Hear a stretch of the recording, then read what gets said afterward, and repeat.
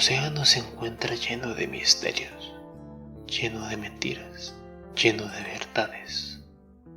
Pero en esta ocasión, querido escucha de Nexus, quiero traerte ante ti una historia, la historia de un Dios muy antiguo, un Dios al cual los humanos ya no rinden culto, el Dios Dagón.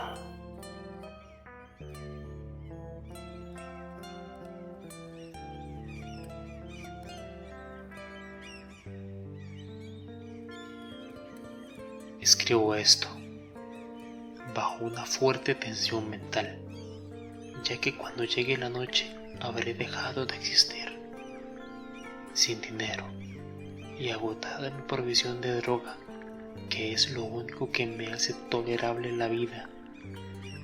No puedo seguir soportando más esta tortura. Me arrojaré, sí, me arrojaré desde la ventana de la buhardilla de la sórdida calle de abajo. Pese a mi esclavitud a la morfina, no me considero un débil ni un degenerado. Cuando hayas leído estas páginas atropelladamente garabateadas, quizás te hagas una idea, aunque no del todo, de por qué tengo que buscar el olvido o la muerte.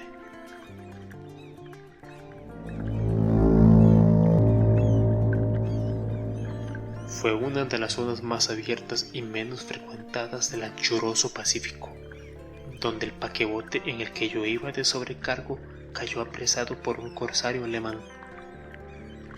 La Gran Guerra estaba entonces en sus comienzos, y las fuerzas oceánicas de los hunos aún no se habían hundido en su degradación posterior. Así que nuestro buque fue capturado legalmente, y nuestra tripulación, tratada con toda la deferencia y consideración debidas a unos prisioneros navales. En efecto, tal liberal era la disciplina de nuestros apresores que 5 días después conseguí escaparme en un pequeño bote con agua y provisiones para bastante tiempo. Cuando al fin me encontré libre y a la deriva, tenía muy poca idea de cuál era mi situación. Yo era un navegante poco experto, solo sabía calcular de manera muy vaga, por el sol y las estrellas, que estaba algo al sur. No sabía nada en absoluto en qué longitud me encontraba, y no se divisaba isla ni costa alguna.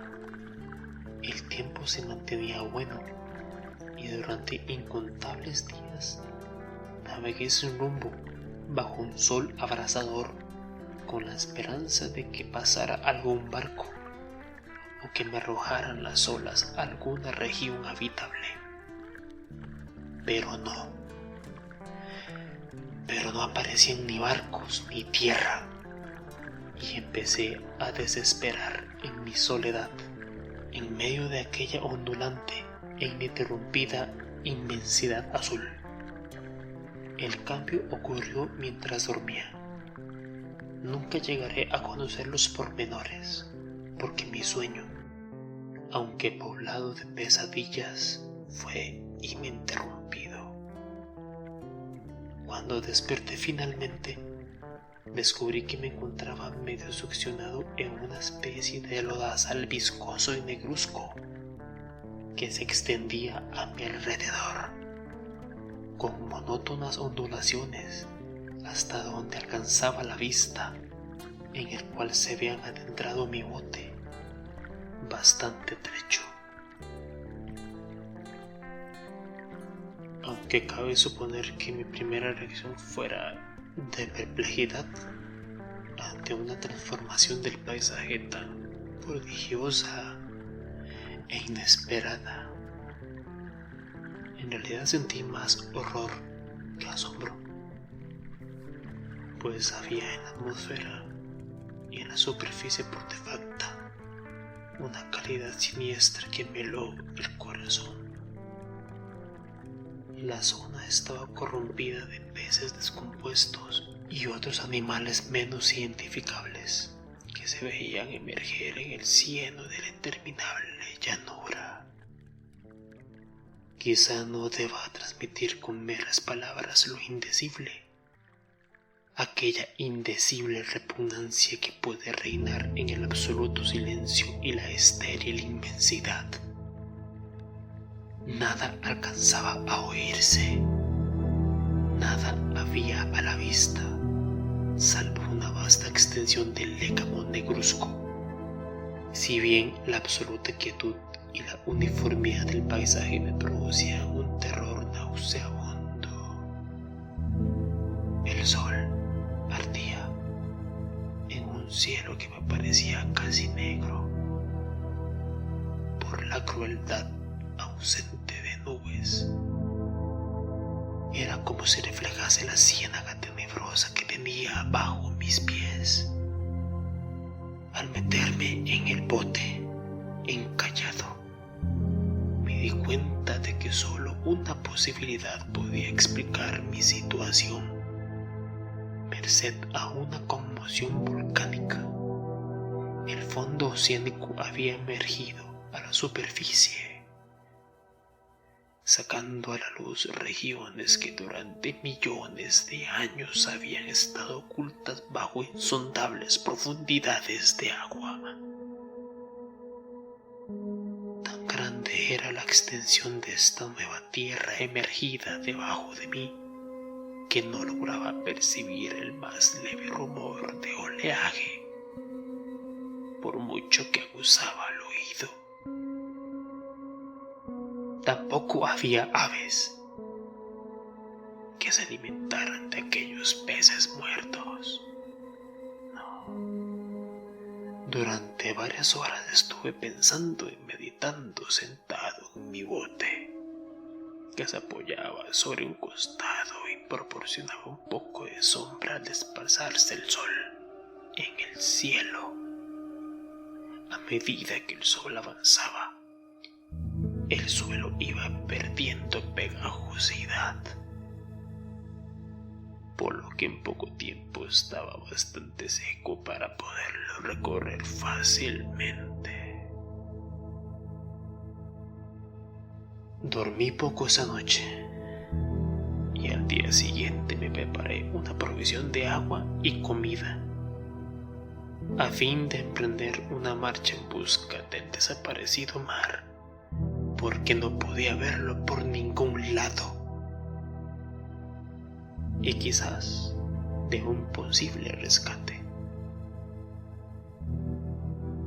A la mañana siguiente, a la mañana del tercer día, comprobé que el suelo estaba bastante seco para andar por él con comodidad. El hedor a pescado era insoportable, pero me tenían preocupado cosas más graves para que me preocupase o molestase esa desagradable inconveniente, y me puse en marcha hacia una meta desconocida. Durante todo el día caminé constantemente en dirección oeste, guiado por una lejana colina que descollaba por encima de las demás elevaciones del ondulado desierto. Acampé esa noche y al día siguiente proseguí la marcha hacia la colina, aunque parecía escasamente más cerca que la primera vez que la descubrí. Al atardecer del cuarto día, llegué al pie de dicha elevación, que resultó ser más alta de lo que se me había parecido desde muy lejos. Tenía un valle delante que hacía más pronunciado el relieve respecto del resto de la superficie. Demasiado cansado para emprender el ascenso, dormí a la sombra de aquella colina. No No sé por qué. No sé por qué. Mis sueños fueron extravagantes.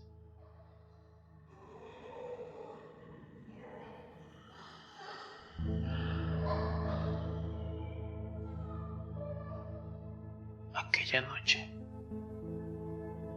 pero antes de que la luna menguante, fantásticamente gibosa, hubiese subido muy alto por el este de la llanura, me desperté cubierto de un sudor frío, decidido a no dormir más.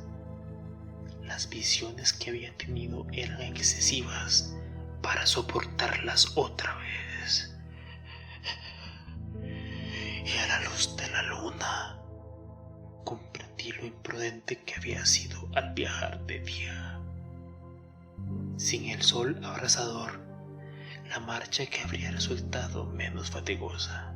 Sin embargo, me encontraba lo suficientemente capacitado como para acometer el ascenso que por la tarde no había sido capaz de emprender. Recogí mis cosas e inicié la subida a la cresta de la elevación. Ya he dicho que la ininterrumpida monotonía de la ondulada llanura era fuente de un vago horror para mí. Me producía demasiado miedo, demasiado horror. Pero creo que mi horror aumentó cuando llegué a lo alto del monte y vi, al otro lado, una inmensa cima o cañón, cuya oscura concavidad aún no iluminaba la luna. Me pareció que me encontraba en el borde del mundo, escrutando desde el mismo canto hacia un caos insondable de noche eterna. En mi terror se mezclaban extraños recuerdos del paraíso perdido y la espantosa ascensión de Satanás a través de remotas regiones de tinieblas. Al elevarse más la luna en el cielo, empecé a observar que las laderas del valle no eran tan completamente perpendiculares como había imaginado. La roca formaba cornisas y salientes que proporcionaban apoyos relativamente cómodos para el descenso. Y a partir de unos centenares de pies, el declive se hacía más gradual.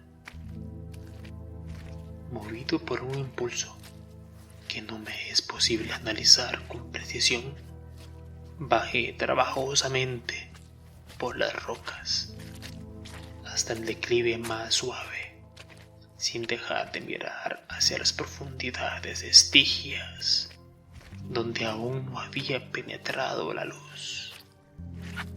De repente me llamó la atención un objeto singular que había en la ladera opuesta, el cual se erguía inhiesto, como a un centenar de yardas de donde estaba yo, justo ahí. Objeto que brilló con un resplandor blanquecino al recibir de pronto los primeros rayos de la luz de la luna resplandeciente. No tardé en comprobar que era tan solo una piedra gigantesca, no más que eso, pero tuve la clara impresión de que su posición y su contorno no eran eternamente obra de la naturaleza. Un examen más detenido me llenó de sensaciones imposibles de expresar, pues pese a su enorme magnitud y su situación en un abismo abierto en el fondo del mar, cuando el mundo era joven, me di cuenta, sin posibilidad de duda, de que el extraño objeto era un monolito perfectamente tallado, cuya imponente masa había sido el arte y quizá el culto de criaturas vivas y pensantes.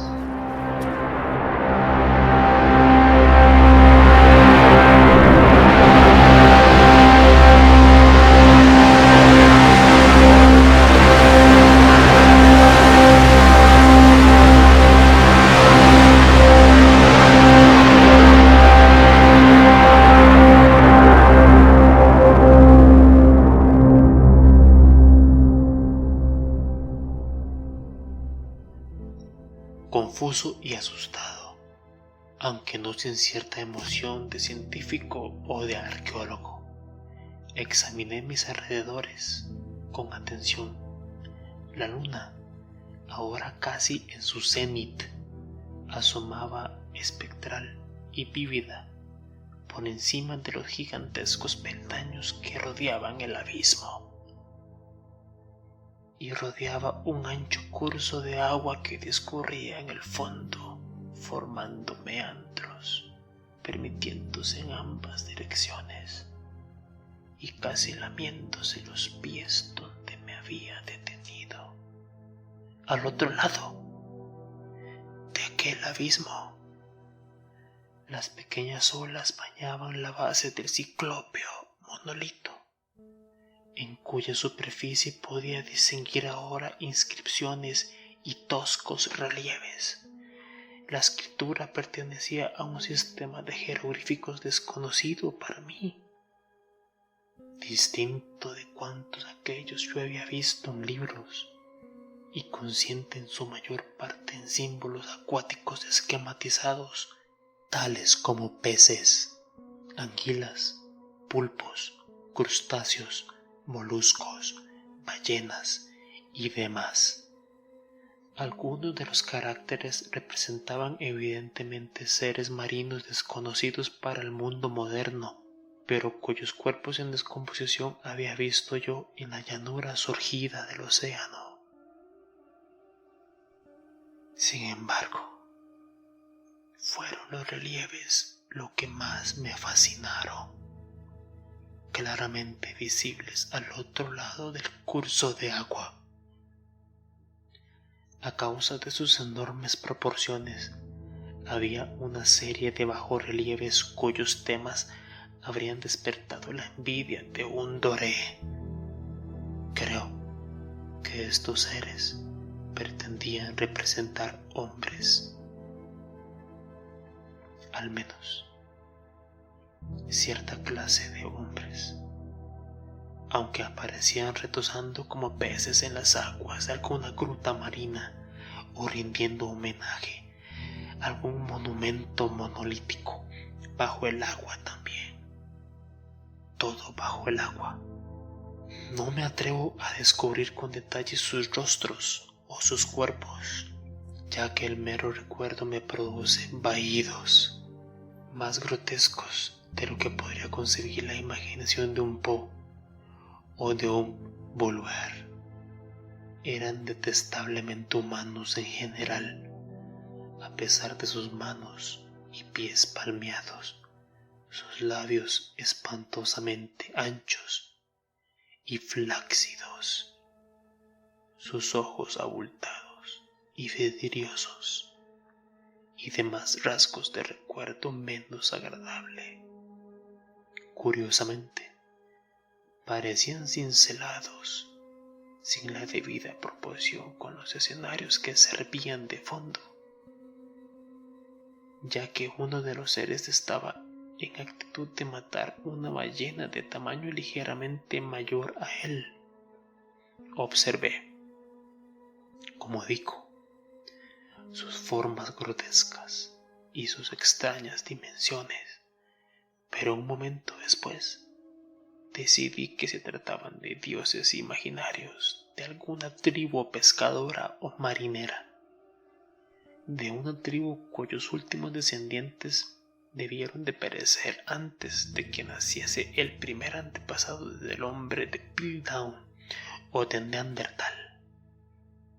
Aterrado ante esta visión inesperada y fugaz de un pasado que rebasaba la concepción del más atrevido antropólogo, me quedé pensativo mientras la luna bañaba con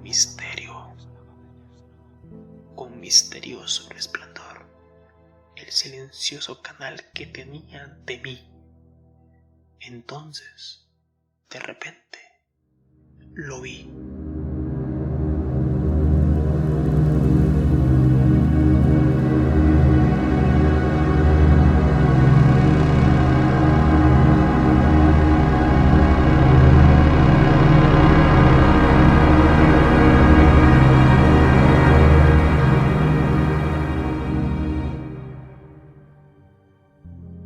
Tras una leve agitación que delataba su ascensión a la superficie, el ser surgió a la vista sobre las aguas oscuras. Inmenso, repugnante, aquella especie de polifemo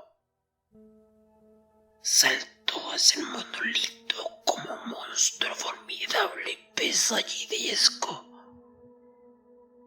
y lo rodeó con sus brazos enormes y escamosos, al tiempo que inclinaba la cabeza y profería ciertos gritos acompasados. Creo que enloquecí entonces.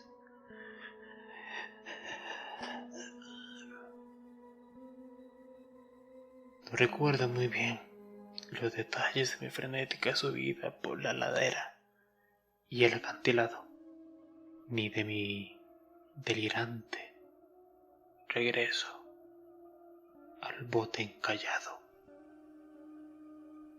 Creo que canté mucho y que reí insensatamente cuando no podía cantar. Tengo un vago recuerdo de una tormenta poco después de llegar al bote. En todo caso, sé que oí el estampido de los truenos y demás ruidos que la naturaleza profiere en sus momentos de mayor agitación. Cuando salí de las sombras, estaba en un hospital de San Francisco. Me había llevado allí el capitán del barco americano que había recogido mi bote en medio del océano. Hablé de muchas cosas. Hablé de mis delirios, pero averigüé que nadie había hecho caso de mis palabras. Los que me habían rescatado no sabían nada sobre la aparición de una zona del fondo oceánico en medio del Pacífico. Los que me habían rescatado no sabían nada acerca de aquella aparición de una zona desde el fondo del océano, desde el fondo oceánico del Pacífico. Y no juzgué necesario insistir en algo que sabía que no iban a creer.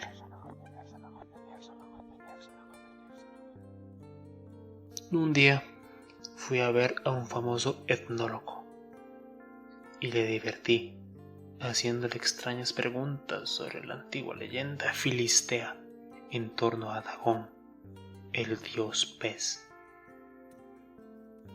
Pero enseguida me di cuenta de que era un hombre irremediablemente convencional y dejé de preguntar. Esta noche, especialmente cuando la luna se vuelve gibosa y menguante, cuando veo a ese ser, he intentado olvidarlo con la morfina, pero la droga solo me proporciona una sensación transitoria y me ha atrapado en sus garras, convirtiéndome irremisiblemente en su esclavo. Así que voy a poner fin a todo esto. Ahora que he contado lo ocurrido para información o diversión desdeñosa de mis semejantes, puedo seguir con lo siguiente. Muchas veces me pregunto si no será una fantasmagoría, un producto de la fiebre que sufrí en el bote a causa de la insolación cuando escapé del barco de guerra alemán. Me lo pregunto muchas veces, pero siempre se me aparece en respuesta una visión monstruosamente vívida. No puedo pensar en las profundidades del mar sin estremecerme ante las espantosas entidades que quizá en este mismo instante se arrastran y se agitan en su lecho fangoso, adorando a sus antiguos ídolos de piedra y esculpiendo sus propias imágenes detestables en obeliscos submarinos de mojado granito. Pienso en el día en el cual emerjan de las olas y se lleven entre sus garras de vapor humeante a los endebles restos de la humanidad exhausta por la guerra.